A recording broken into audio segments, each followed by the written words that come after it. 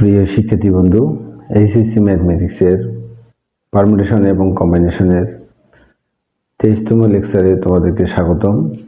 আজকে আমি এই পর্বে আরেকটি প্রশ্ন নিয়ে আলোচনা করব।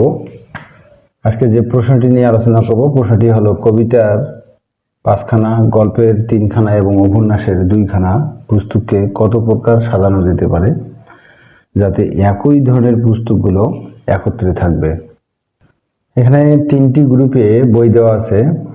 কবিতার বইয়ের যে গ্রুপ দেওয়া আছে, কবিতার বই হলো 5খানা। 5খানা বইয়েই আলাদা আলাদা কবিতার বই।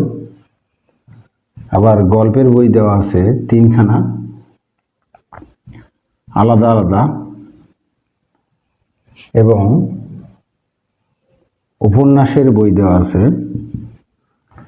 2খানা। এই 3টি গ্রুপের বই দেওয়া আছে ভিন্ন ভিন্ন। উপন্যাসের বই হলো 2খানা ভিন্ন, গল্পের বই 3খানা ভিন্ন এবং কবিতার বই দেওয়া আছে 5খানা ভিন্ন ভিন্ন। তাহলে এই 3টি গ্রুপের যে বই আছে, এই 3টি গ্রুপের বই তারা নিজেদের মধ্যে সাজতে পারে ফ্যাক্টোরিয়াল 3। এরপরে যেহেতু একত্রে রেখে বিন্যাস করতে বলছে, যে একই ধরনের পুস্তকগুলো একত্রে থাকবে, তাহলে একই ধরনের বই, যেমন কবিতার বই আছে 5খানা, তারা যদি একত্রে বিন্যাস করে তাহলে আমরা পাবো ফ্যাক্টোরিয়াল 5। অনুরূপভাবে গল্পের বই 3খানা যদি নিজেদের মধ্যে বিন্যাস করে তাহলে আমরা পাবো ফ্যাক্টোরিয়াল 3।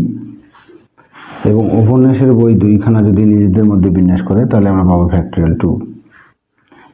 ক্যালকুলেশন করলে ফ্যাক্টোরিয়াল 3 সমান আমরা লিখতে পারি 6, ফ্যাক্টোরিয়াল 5 মানে 120, ফ্যাক্টোরিয়াল 3 মানে 6 এবং ফ্যাক্টোরিয়াল 2 মানে 2। এটি ক্যালকুলেশন করলে আমরা পাবো, তাহলে এটা আমরা যদি গুণ করি তাহলে আমরা পাবো 86, 40। মোট এতভাবে এই বইগুলো সাজানো যাবে। এর পরবর্তী পর্বে অর্থাৎ 24 নম্বর পর্বে আমি আরেকটি প্রশ্ন নিয়ে আলোচনা করব। শিক্ষার্থী বন্ধুরা, আশা করছি ভিডিওটি তোমাদেরকে ভালো লেগেছে। আর ভিডিওটি ভালো লাগলে অবশ্যই তোমরা তোমার বন্ধুদের মধ্যে বেশি বেশি করে ভিডিওটি শেয়ার করো, কারণ তোমার একটি শেয়ারেই শিক্ষার এই আলো পৌঁছতে পারে দেশ থেকে দেশান্তরে। আর এরকম নতুন নতুন ভিডিও পাওয়ার জন্য তোমরা আমার এই চ্যানেলটি সাবস্ক্রাইব করে বেল আইকনটি প্রেস করো। আর বেল আইকনটি প্রেস করলে নতুন ভিডিও আপলোড করার সাথে সাথে তোমাদের কাছে নোটিফিকেশন চলে যাবে। আর তোমাদের কীরকম ভিডিও দরকার তা আমার ফেসবুক পেজ ইমন পেজে গিয়ে কমেন্ট করে জানাও।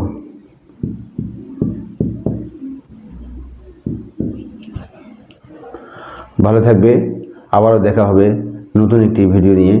দেখার আমন্ত্রণ জানিয়ে আজকে এখানে বিদায় নিচ্ছি। আল্লাহ হাফেজ।